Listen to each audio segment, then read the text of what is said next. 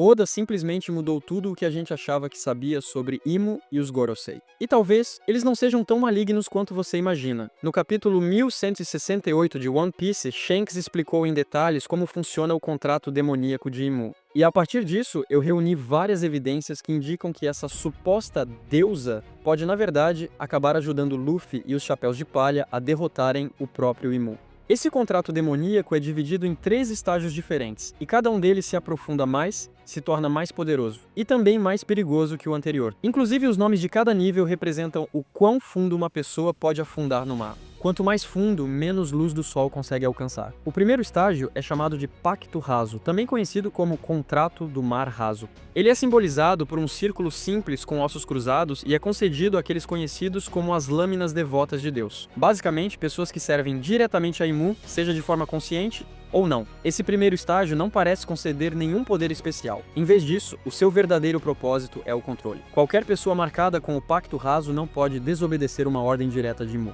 Enquanto Imu não estiver por perto, essas pessoas ainda conseguem pensar por conta própria, manter sua personalidade e suas decisões. Mas no exato momento em que Imu dá uma ordem, o livre-arbítrio simplesmente acaba. E o que deixa tudo ainda mais perturbador é o quão espalhada essa marca pode estar. Nós vemos Harold receber esse pacto sem nunca ter encontrado Imu pessoalmente, apenas por estar na presença dos 5 anciões. Isso sugere fortemente que alguns dragões celestiais, ou até líderes de famílias importantes, já podem carregar essa marca sem sequer entender completamente o que ela significa. O segundo estágio é chamado de Pacto das Profundezas, também conhecido como Contrato do Mar Profundo. O símbolo é parecido com o primeiro, mas agora possui uma linha extra que lembra um par de chifres. Esse pacto é concedido diretamente por Imu, e apenas depois que alguém entra oficialmente para os Cavaleiros de Deus. E é aqui que o contrato deixa de ser sutil. Diferente do primeiro estágio, além da dor e da fumaça causadas pela marcação inicial, o Pacto das Profundezas concede habilidades reais. Aqueles que recebem esse pacto ganham recuperação instantânea, algo muito próximo da imortalidade, acesso a teletransporte através de pentagramas e, claro, um aumento absurdo de poder. Mas o preço desse segundo estágio é absoluto. Esse nível exige obediência total, sem qualquer limite de distância. Não importa onde a pessoa esteja no mundo, Imu pode falar diretamente dentro da mente dela. E se essa pessoa se recusar a obedecer, sua mente será forçada a se moldar a uma personalidade que obedeça.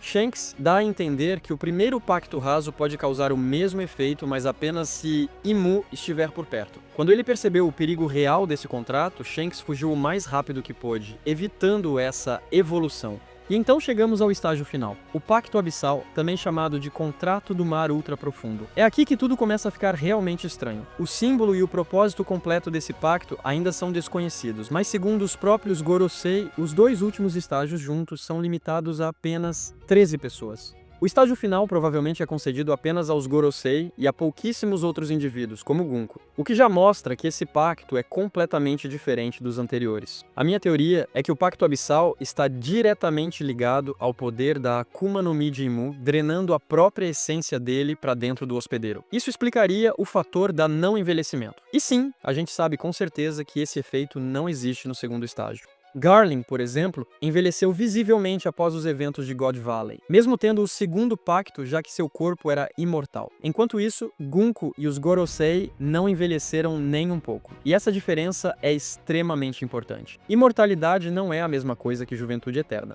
O Pacto Abissal parece ser o único estágio que concede esse estado de não envelhecimento, possivelmente por estar diretamente conectado a Imu, e talvez até acumulado com a cirurgia da juventude eterna da Ope Ope no Mi, que pode ter sido realizada em Imu há cerca de 900 anos. Esse pacto final também pode explicar as habilidades que vimos os Gorosei usarem durante o arco de Egghead. Coisas como comunicação mental completa, algo semelhante à voz de todas as coisas, matar apenas com a intenção ou com o olhar, e mais importante de tudo, suas transformações demoníacas. E sim, eu estou sugerindo que essas formas não são Akuma no Mi. Na verdade, seriam servos demoníacos do abismo, invocados por Imu e concedidos aos seus soldados mais devotos. Porém, existe uma distinção crucial entre o segundo estágio e o estágio final. No nível abissal, Imu, ou o Rei dos Demônios, pode entrar diretamente no hospedeiro. Nós já vimos isso acontecer com Saturn em God Valley e com Gunko em Elbaf. Nesse ponto, a pessoa não está apenas obedecendo Imu, ela está sendo usada como um recipiente. Mas o que realmente precisamos focar agora é no controle que Imu exerce quando alguém se recusa a obedecer uma ordem. E a obra mostra exatamente como isso funciona. Quando o rei Harold se recusou a cumprir a ordem de Imu para formar um exército de gigantes, a cláusula de recusa do contrato foi ativada. O que veio depois não foi persuasão, não foi medo. Foi um controle absoluto. A mente de Harold não apenas se rendeu, ela mudou. Seu senso de identidade foi distorcido em algo novo, uma versão de si mesmo que existia apenas para servir. E isso é extremamente importante, porque não é a mesma coisa que a dominação direta de Imu. Essas pessoas não se transformam em demônios, elas continuam falando com a própria voz, mas não com o próprio coração. O ego assume o controle, alimentado por uma crença compartilhada e genuína de que eles são deuses entre os homens, com Imu como a autoridade suprema acima de todos. É aqui que tudo começa a ficar perturbador. A postura de Harold, o tom de voz, até a escolha das palavras, tudo começa a se parecer com os Gorosei. E isso levanta uma pergunta gigantesca. Os Gorosei são assim por quem eles eram originalmente, ou por aquilo que o contrato os transformou. E sim, Gunko é o exemplo mais claro disso. No capítulo 1049, descobrimos que ela possuía memórias suprimidas de Brook. Ainda assim, mesmo como uma cavaleira de Deus, ela continuava ouvindo a música dele. Isso prova que uma parte de seu eu original ainda existia. Porém, quando ela finalmente vê Brook pessoalmente, com as memórias de seu pai ecoando em sua mente, essas lembranças começam a voltar. É nesse momento que seu verdadeiro eu começa a ressurgir. E é exatamente aí que, infelizmente, Imu intervém diretamente, assumindo o controle total. E é por isso que eu acredito que esse tipo de possessão direta só é possível com o contrato final, o Pacto Abissal. Porque Harold começou a recuperar seu senso de identidade, mas Imu não tomou completamente o controle dele. E isso pode ter acontecido porque sua marca foi danificada pela Akuma no Mi mítica de Loki, o que na minha visão foi o verdadeiro motivo que permitiu a Harold se libertar daquele passageiro sombrio em sua mente. Mas independentemente disso, agora que já entendemos que os contratos demoníacos de Imu podem corromper até pessoas inocentes, os Gorosei passam a parecer algo totalmente diferente. Porque Oda não os criou de forma aleatória. Vamos ser sinceros, todo mundo achou estranho e extremamente intencional o fato dos Gorosei serem inspirados em líderes do mundo real conhecidos por reformas, união e libertação. Saturn, por exemplo, é inspirado no general que unificou a Itália. Valkyrie reflete o último líder da União Soviética responsável por encerrar a Guerra Fria. No Juro é claramente inspirado em Gandhi. Mars lembra um famoso político samurai que liderou o movimento pelos direitos e liberdades do povo. E Júpiter é associado a Abraham Lincoln, um símbolo de emancipação. Todos eles são homens lembrados em nosso mundo por libertar pessoas, unir nações e desafiar o poder absoluto. Mas em One Piece foram reimaginados como os rostos do controle total. Isso nos leva de volta aos contratos, porque se os Gorosei já foram algo mais próximo de reformadores, então o contrato demoníaco não apenas lhes deu poder, ele roubou algo deles, suas verdadeiras identidades. E sabe quem mais parecia uma grande líder? Nefertari Lili. Ela fazia parte das 20 nações aliadas que travaram guerra contra o Reino Antigo. Mas após a vitória, ela simplesmente desapareceu. E nós sabemos exatamente para onde ela foi. Ela desapareceu de propósito para se juntar ao clã do D, trabalhar ao lado de Joy Boy e ajudá-lo a preservar o meio de derrotar o demônio chamado Imu, ou seja, os Poneglyphs. Mas isso levanta outra pergunta. Por que ela e seu reino fizeram parte das nações aliadas em primeiro lugar? É aqui que a minha teoria realmente começa. Imu, assim como o próprio diabo, não é um conquistador pela força. Ele ou ela é um enganador. Para unir 19 reinos diferentes sob uma única bandeira contra a nação mais avançada do mundo e contra Joy Boy, cujo objetivo não era governar, mas libertar as pessoas, Imu precisou mentir. Não havia outra forma, porque o padrão já foi estabelecido. Por 900 anos, Imu governou escondendo a verdade, reescrevendo a história e manipulando aqueles que detêm o poder. E não existe motivo algum para acreditar que a Grande Guerra tenha sido diferente. Sabendo como Oda usa religião e situações geopolíticas do nosso próprio mundo, eu apostaria todas as minhas fichas que Imu espalhou o medo, exatamente como acontece com a ideia de armas nucleares. Pensa no que a gente realmente sabe sobre o Reino Antigo. Eles possuíam uma tecnologia tão avançada que até o próprio Vegapunk questionou por que um poder daquele nível sequer existia. Armas capazes de destruir o mundo. E se você é um rei governando uma nação frágil, ouvir que outra civilização possui armas assim, só o medo já seria suficiente para te empurrar para uma guerra que você nem entende completamente. Isso é algo que vemos até hoje no mundo real. A ameaça de armas de destruição em massa já foi usada incontáveis vezes para unir nações, justificar guerras e fabricar inimigos. Imo é basicamente o Satanás de One Piece, espalhando mentiras para fazer com que países poderosos entrassem em guerra. Tudo em benefício do controle e da tomada de território. E no caso de Imu, o território desejado era a Red Line, onde a árvore Eve da luz do sol crescia atravessando o mundo. Agora, eu não estou dizendo que todos os 19 líderes foram manipulados dessa forma. Existiam nações genuinamente cruéis que praticavam escravidão, como os Don Quixote com os Tontata. O Reino Antigo e Joy Boy se opunham diretamente a essas práticas, então era natural que esses reinos quisessem lutar. Mas eu realmente acredito que alguns dos líderes originais, possivelmente até entre aqueles que mais tarde se tornariam os Gorosei, foram persuadidos, manipulados e enganados. Eles podem ter acreditado de verdade que estavam evitando a destruição do mundo, contanto um poder perigoso, até perceberem tarde demais quem era o verdadeiro inimigo. Lily percebeu isso. E no momento em que entendeu a verdade, ela fugiu. Ela escolheu a traição em vez da obediência. Já os Gorosei originais podem ter sido convencidos a aceitar o primeiro contrato. E com Imu por perto, suas mentes não tiveram escolha a não ser aceitar o segundo estágio. E depois, finalmente, o último. A história se repete. E o que aconteceu com Harold não pode ter sido um caso isolado nos últimos 900 anos. Isso muda completamente a forma como enxergamos o século perdido. Não como uma simples guerra entre o bem e o mal, mas como uma batalha onde a verdade foi enterrada. Os vencedores escreveram a história, e o diabo se coroou rei. Desde então, Imo vem fazendo exatamente a mesma coisa. Mas esse sequestro mental causado pelo contrato demoníaco vai ainda mais fundo.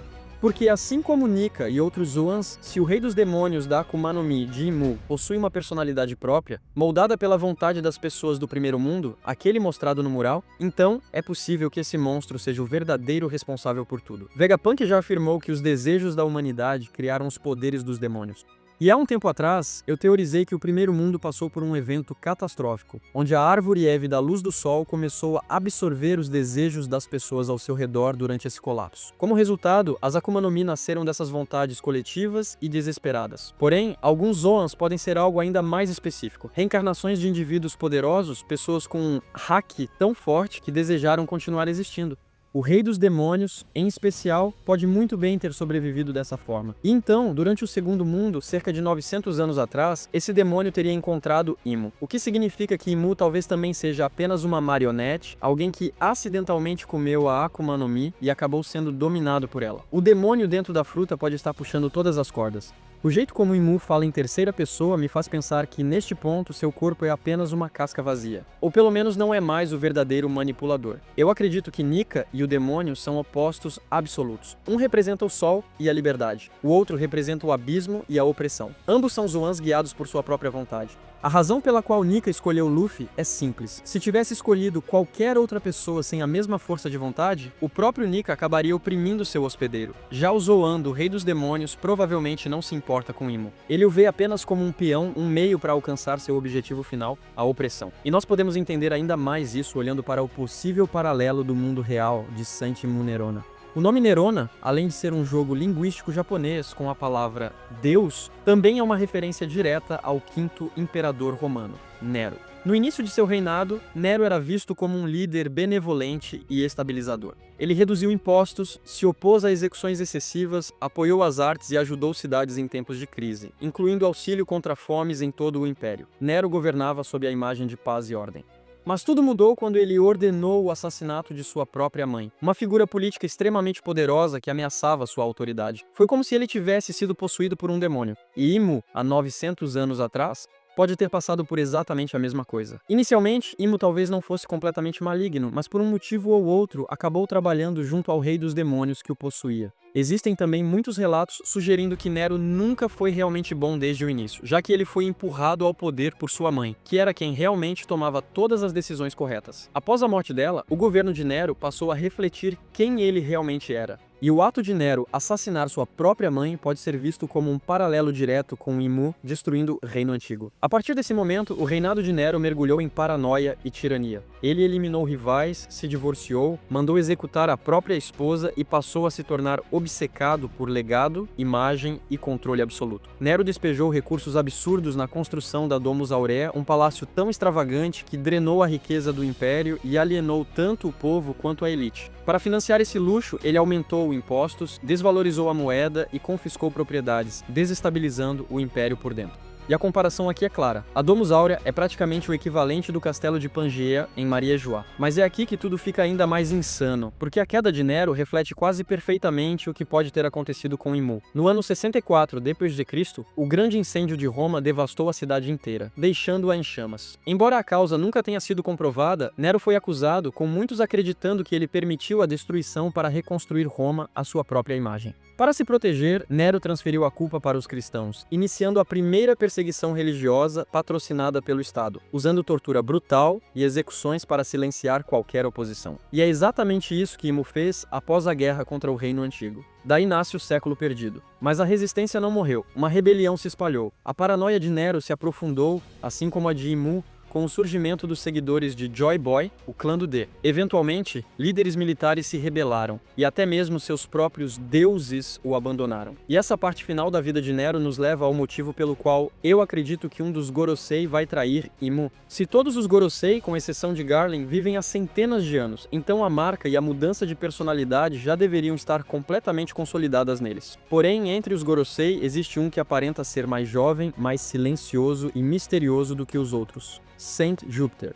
A traição de Júpiter já é uma teoria bastante popular na comunidade, e com bons fundamentos. Inclusive, o meu parceiro, Mr. Morge, já explicou muito bem por que Júpiter é o melhor candidato. Mas independentemente de qual Gorosei acabe ajudando os Chapéus de Palha e traindo Imu, o que provavelmente vai acontecer é o seguinte: a Akuma no Mi divina de Loki vai anular temporariamente o efeito da marca, da mesma forma que aconteceu com o Rei Harold. No capítulo 1170, quando Harold recupera seu senso de identidade, dá pra ver claramente que a marca parece danificada. Isso permitiria que Júpiter retomasse o controle da própria mente e tomasse a decisão de se sacrificar para salvar os Chapéus de Palha ou ajudá-los de forma decisiva. Tematicamente, isso se conecta perfeitamente com One Piece. Um ditador maligno sempre acaba sendo traído, especialmente quando trata seus subordinados apenas como descartáveis. Nós já vimos isso com Robin e Crocodile, Law e do Flamingo, Corazon e do Flamingo, e também com a jogada genial envolvendo Denjiro e Orochi. Agora, eu não acho que essa traição vá derrotar Imu de vez, mas ela pode impedir que Uranus seja ativado e destrua tudo. Diversas vezes, eu já apresentei minha visão da batalha final. Luffy, Barba Negra e Loki juntos enfrentando o demônio dentro de Imu.